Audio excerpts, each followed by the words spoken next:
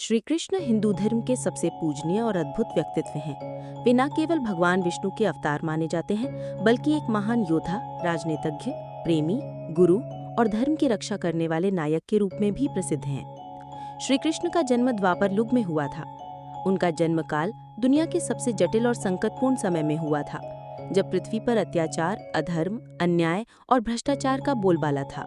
धर्म की रक्षा और अधर्म का नाश करने के लिए भगवान विष्णु ने कृष्ण के रूप में अवतार लिया। श्री कृष्ण का जन्म मथुरा के कारागार में हुआ था। उनके माता पिता वासुदेव और देवकी थे। जब कंस ने अपनी बहन देवकी का विवाह वासुदेव से किया तो आकाशवाणी हुई कि देवकी की 8वीं संतान कंस का वध करेगी।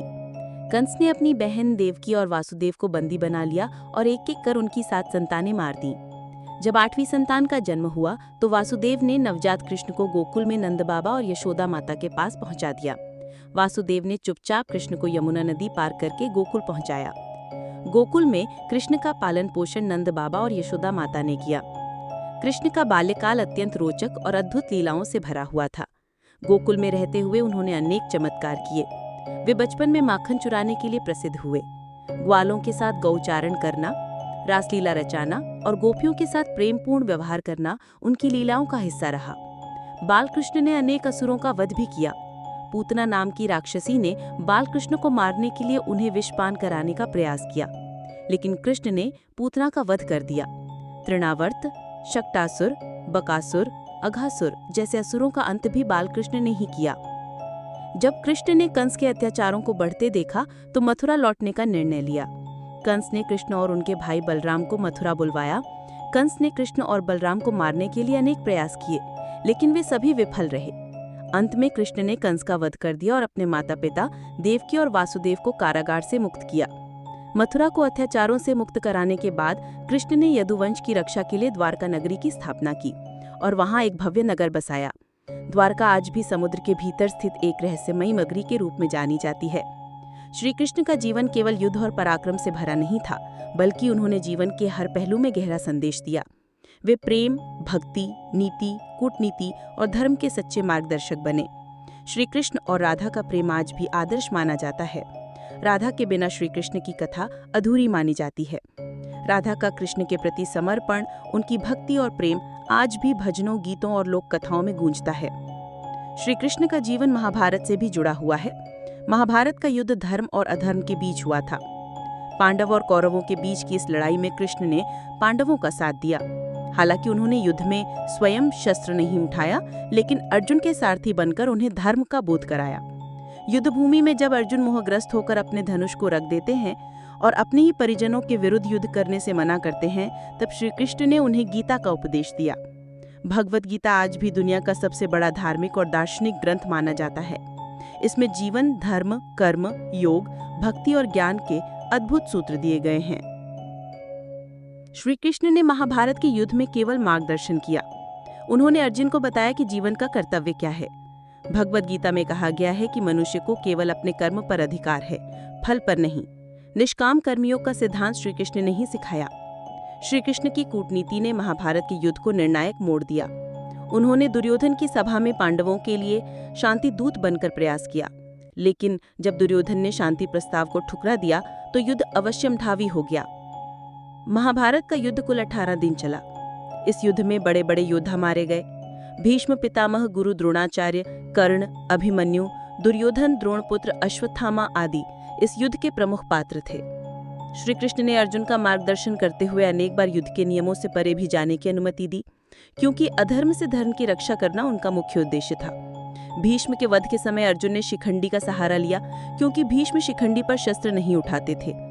कर्ण के रथ का चक्का जब जमीन में धंस गया तो श्री कृष्ण ने अर्जुन को कर्ण का वध करने का आदेश दिया, क्योंकि कर्ण के पास इंद्र द्वारा लिया गया कवच कुंडल नहीं था और वो असहाय था। श्री कृष्ण की ये रणनीतियां आज भी राजनीति और कूटनीति के क्षेत्र में उदाहरण के रूप में दी जाती हैं। महाभारत के युद्ध के पश्चात युधिष्ठिर ने राज्याभिषेक किया और धर्म के अनुसार राज्य संचालन किया। श्री कृष्ण ने यदुवंश की देखभाल द्वारका में रहकर की। धीरे धीरे यदुवंशियों में आपसी कलह और मद्यपान की प्रवृत्ति बढ़ी। एक समय ऐसा आया जब यदुवंशियों ने आपस में लड़कर खुद का नाश कर लिया। इस घटना को मुसल युद्ध कहा जाता है। श्री कृष्ण ने स्वयं भी अपने अंत का मार्ग चुना। श्री कृष्ण के शरीर छोड़ने की यह घटना अत्यंत मार्मिक और रहस्यमयी मानी जाती है। ऐसा कहा जाता है कि एक दिन प्रभास क्षेत्र के जंगल में श्री कृष्ण ध्यान मग्न थे। तभी एक शिकारी ने भ्रमवश उनके पैर को हिरण का मुख समझकर तीर चला दिया। वो तीर श्री कृष्ण के चरणों में लगा। जब शिकारी को अपनी भूल का ज्ञान हुआ तो वो श्री कृष्ण के चरणों में गिर पड़ा। श्री कृष्ण ने उसे क्षमा कर दिया और योग बल से अपने शरीर का त्याग कर दिया। श्री कृष्ण के जीवन की अंतिम लीला भी बहुत बड़ी शिक्षा देती है कि भगवान भी जब धरती पर अवतार लेते हैं तो उन्हें भी लीला समाप्त करनी होती है। श्री कृष्ण ने अपने जीवन में प्रेम, भक्ति, ज्ञान, नीति, कूटनीति और धर्म का अद्भुत संगम दिखाया। उनका जीवन केवल हिंदू धर्म ही नहीं बल्कि संपूर्ण मानवता के लिए प्रेरणा स्रोत है। वे बाल रूप में बाल गोपाल के रूप में पूजे जाते हैं, युवावस्था में रासलीला के नायक के रूप में, युद्ध भूमि में गीता के उपदेशक के रूप में और जीवन के हर पहलू में मार्गदर्शक के रूप में स्मरण किए जाते हैं। श्री कृष्ण का व्यक्तित्व इतना विराट और व्यापक है कि उनकी महिमा का वर्णन करना असंभव है। उनके जीवन की हर घटना में कोई ना कोई संदेश छिपा है।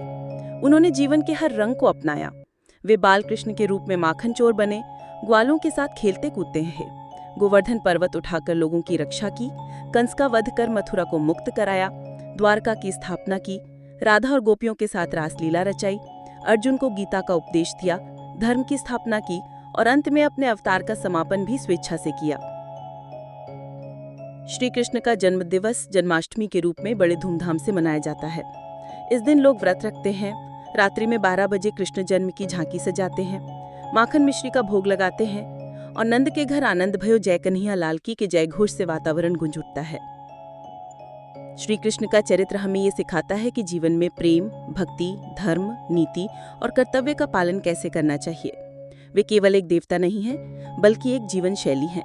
उनके उपदेश और कर्म आज भी उतने ही प्रासंगिक हैं जितने उस समय थे। श्री कृष्ण ने ये दिखा दिया कि धर्म की स्थापना केवल प्रवचन से नहीं होती, बल्कि उसे अपने जीवन में उतारकर कर्म से भी सिद्ध करना पड़ता है। उन्होंने जीवन में हर परिस्थिति का सामना किया, चाहे वो बाल्यकाल की कठिनाइयां हों, युवावस्था की जिम्मेदारियां हों या वृद्धावस्था में यदुवंश का विनाश। श्री कृष्ण का जीवन हमें ये भी सिखाता है कि प्रेम और भक्ति के बिना जीवन अधूरा है। वे राधा के प्रति प्रेम में भी लीन रहे और भक्तों के प्रति भी करुणामयी रहे। वे अर्जुन के मित्र, द्रौपदी के रक्षक, सुदामा के सखा और हर एक भक्त के जीवन में मार्गदर्शक बने। उनका जीवन एक आदर्श है जो हर युग में प्रासंगिक रहेगा। श्री कृष्ण की लीलाएं, उपदेश, कर्म और जीवन दर्शन आज भी करोड़ों लोगों के जीवन को प्रेरणा देते हैं। वे केवल एक पौराणिक पात्र नहीं हैं, बल्कि जीवन के हर पहलू में एक आदर्श और पथ प्रदर्शक के रूप में आज भी जीवित हैं।